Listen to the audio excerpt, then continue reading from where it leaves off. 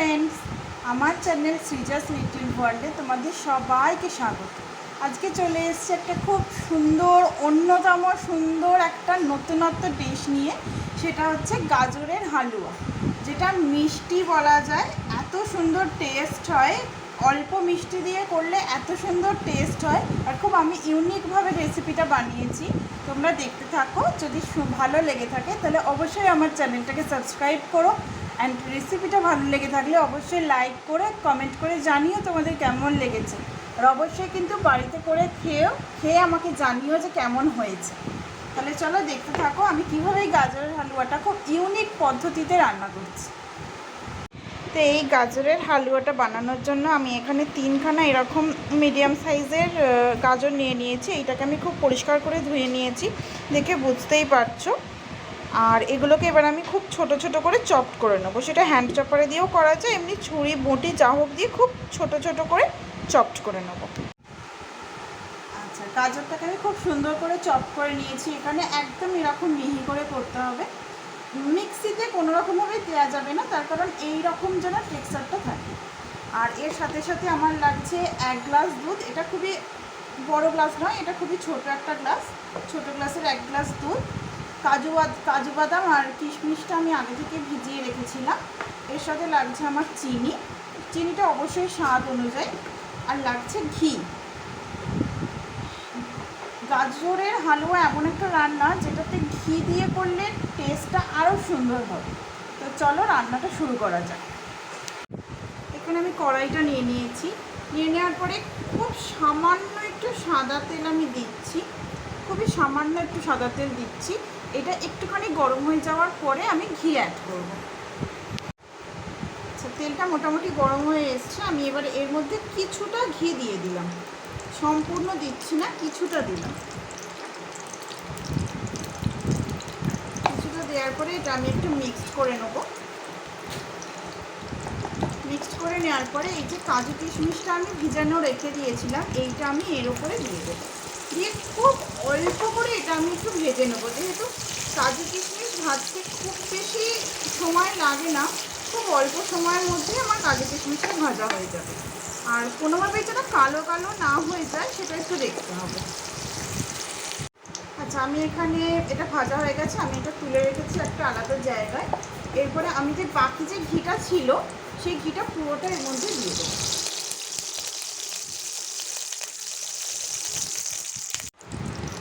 এরপরে যে গাজরটা যেটা রাখা ছিল সেইটা আমি সবটা দিয়ে দেবো এর মধ্যে।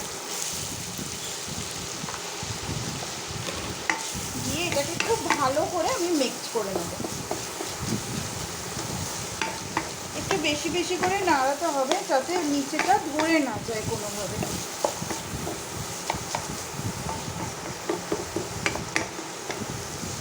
খুব বেশি করে নাড়াচ্ছি।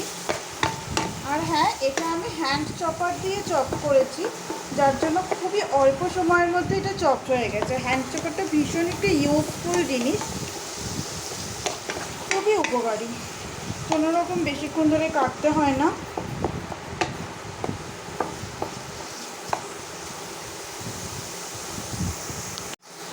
এটা আমি একটুখানি বেশিক্ষণ ধরে এরকম নাড়িয়ে চাড়িয়ে কিছুটা ঘিটা এর মধ্যে মাখা হয়ে গেছে আর কিছুটা ভাজা মতন হয়ে গেছে। এর উপরে আমি দিয়ে দেবো এই যে অল্প করে গরম করে রাখা দুধটা, সেইটা আমি এর উপর থেকে দিয়ে দেবো।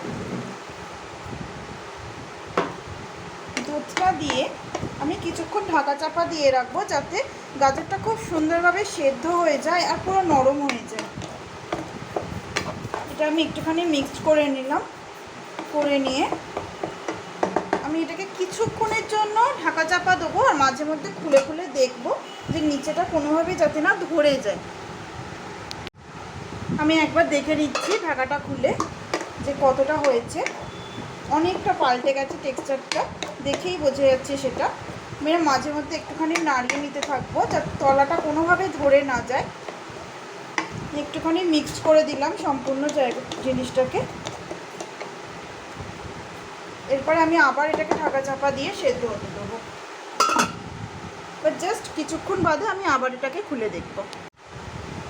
এটা এবারে দেখতে পাচ্ছ টেক্সচারটা কীরকম হয়ে গেছে। এটা এবার আমি একটু এরকম চামচ করে করে একটুখানি আর একটু বেশি করে স্ম্যাশ করে দিচ্ছি। পুরো দুধটাকে পুরো টেনে নিয়েছে। এবারে আমি চিনিটা খুব পরিমাণ মতন, এটা স্বাদ অনুযায়ী দিতে হবে, যার যেরকম চিনি পছন্দ। আমি খুব একটা মিষ্টি পছন্দ করি না, তাই জন্য আমি খুব বেশি মিষ্টি দিলাম না, এতটাই চিনি দিলাম। দেওয়ার পরে এইটাকে আবার খুব ভালো করে মিক্স করবো। আমার কিন্তু গ্যাসটা খুব লো ফ্লেমে আছে। এবার এইটাকে আমি খুব ভালো করে মিক্স করতে থাকবো।